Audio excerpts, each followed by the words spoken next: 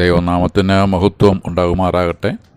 ഇന്ന് വരെ ജൂപ്പാൻ ദൈവം തന്ന ഉപകാരങ്ങളെ ഓർത്ത് സ്തോത്രം ചെയ്യാം. ഞാൻ കുര്യൻ എം ചാക്കോ. കൊരിന്ത്യർക്കെഴുതിയ 1-ാം ലേഖനത്തിൽ നിന്ന് ചില ചിന്തകൾ നമുക്ക് ഒരുമിച്ച് പങ്കുവയ്ക്കാം എന്ന് കരുതുന്നു. ഒന്നാമതായി, ആ സഭയിൽ ഉൾപ്പെടാത്തവരായി കൊരിന്ത് പട്ടണത്തെ സന്ദർശിച്ച യാത്രക്കാരാണോ ക്ലോവയും കുടുംബവും, അതോ ആ സഭയിലെ അംഗങ്ങളായിരുന്നോ എന്നറിയില്ല. എങ്ങനെ ആയാലും ക്ലോവയുടെ ആൾക്കാർ പല വാർത്തകളും പൗലോസിനോട് പറയുകയുണ്ടായി എന്ന് 1:11 നിന്ന് മനസ്സിലാക്കാം.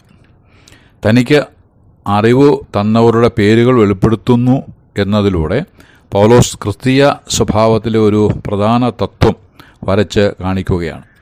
നമ്മുടെ സഹവിശ്വാസികളെക്കുറിച്ച് അറിഞ്ഞ വാർത്തകൾ ഇന്ന ആൾ പറഞ്ഞിട്ട് അറിഞ്ഞതാണ് എന്ന് പറയുവാൻ നാം തയ്യാറല്ലെങ്കിൽ ആ വിഷയം മറ്റുള്ളവരോട് പറയുവാൻ പാടുള്ളതല്ല. ഇത് ശ്രദ്ധിച്ചാൽ സഭകളെയും വ്യക്തികളെയും മലിനപ്പെടുത്തുന്ന ദുർവാർത്തകളിൽ നിന്ന് നമുക്ക് വിമുക്തി നേടുവാൻ സാധിക്കും. രണ്ടാമതായി, ഭിന്നപക്ഷത്തെ എടുത്തു കാണിക്കുകയാണ്. യവനന്മാർ എപ്പോഴും ഭിന്നപക്ഷക്കാരാണ് എന്നുള്ളത് ലോകപ്രസിദ്ധമാണ്. അങ്ങനെ ആ സഭയിലുള്ളവർ 4 പക്ഷക്കാരായി പിരിഞ്ഞു. അപ്പൊല്ലോസിൻ്റെ പക്ഷക്കാർ തത്വജ്ഞാനത്തിന് പ്രാധാന്യം കൊടുത്തു കാണും എന്ന് ചിന്തിക്കാം. കേഫാവിൻ്റെ പക്ഷക്കാർ മോശയുടെ ന്യായപ്രമാണമാണ് പ്രധാനം എന്നും, ക്രിസ്തുവിൻ്റെ പക്ഷക്കാർ തങ്ങൾ പൗലോസിനെ അംഗീകരിക്കുന്നില്ല, തൻ്റെ അംഗീകാരത്തിൽപ്പെട്ടവരല്ല എന്നും, മറിച്ച് ക്രിസ്തുവാണ് എല്ലാറ്റിൻ്റെയും എല്ലാം എന്നും വാദിച്ചു. പൗലോസിൻ്റെ പക്ഷക്കാർ പൗലോസിൻ്റെ ശുശ്രൂഷയെ മാനിച്ചു, അപ്പോൾ തന്നെ മറ്റുള്ളവരെയെല്ലാം പകച്ചു എന്ന് തോന്നുന്നു.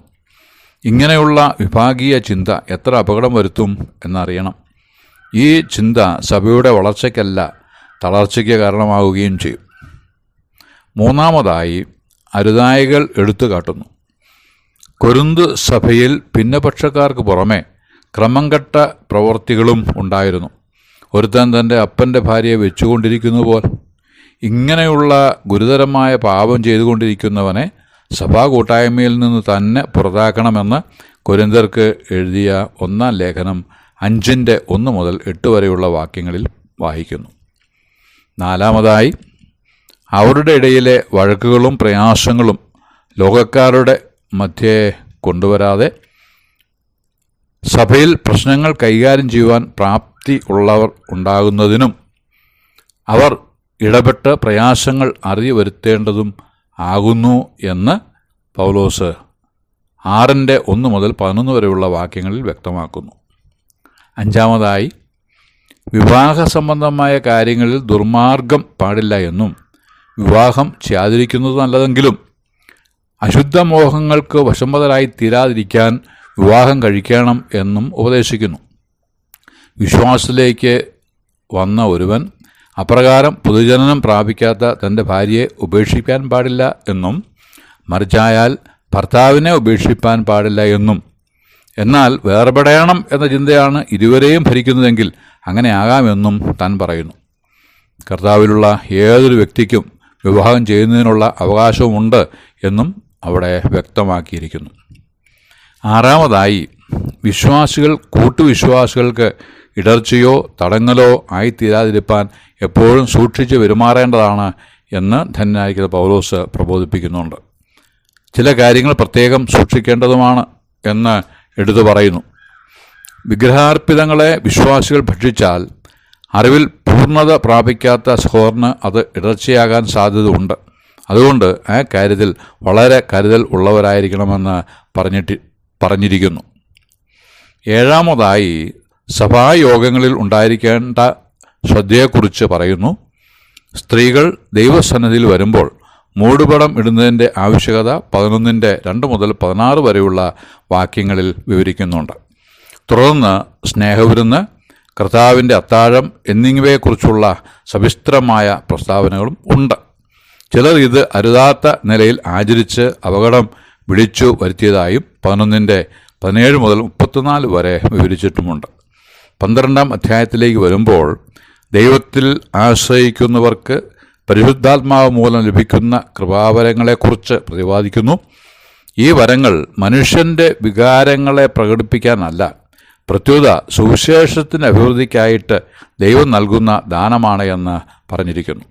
സ്ത്രീകൾ സഭയിൽ അവർക്കുള്ള കൃപാവരങ്ങൾ ജ്വലിപ്പിച്ച് ഉണർവിനായി ശ്രമിക്കരുതെന്നും വിനയത്തോടെ ഇരുന്ന് കർത്താവിനെ ആരാധിക്കാനുമായി ബുദ്ധി ഉപദേശിക്കുന്നു.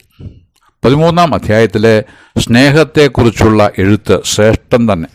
മേൽപ്പറഞ്ഞ പല കാര്യങ്ങളുടെയും തെറ്റായ ഉപയോഗം കൊണ്ട് സ്നേഹം കളയാതെ ദൈവസ്നേഹം ഏറ്റവും വലിയത് എന്ന് മനസ്സിലാക്കി അതിന് പ്രാധാന്യം കൊടുപ്പാൻ ഉപദേശിച്ചും ഇരിക്കുന്നു.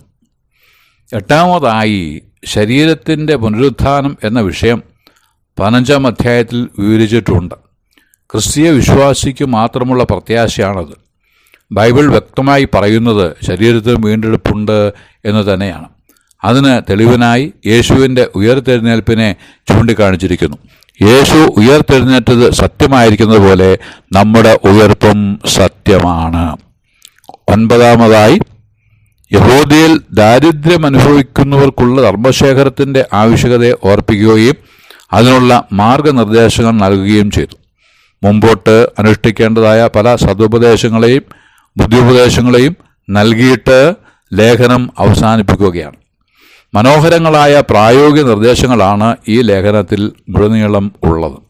അത് ആവോളം മനസ്സിലാക്കി ജീവിതത്തിൽ പകർത്തി ധന്യമായിരിക്കുന്ന ഒരു ക്രിസ്തീയ ജീവിതത്തിൻ്റെ ഉടമകളായി തീരുവാൻ ദൈവമായ കർത്താവ് ഏവരെയും സഹായിക്കട്ടെ എന്ന് ആശംസിച്ച് വാക്കുകൾക്ക് പൂർണ്ണവിരാമം കുറിക്കുന്നു.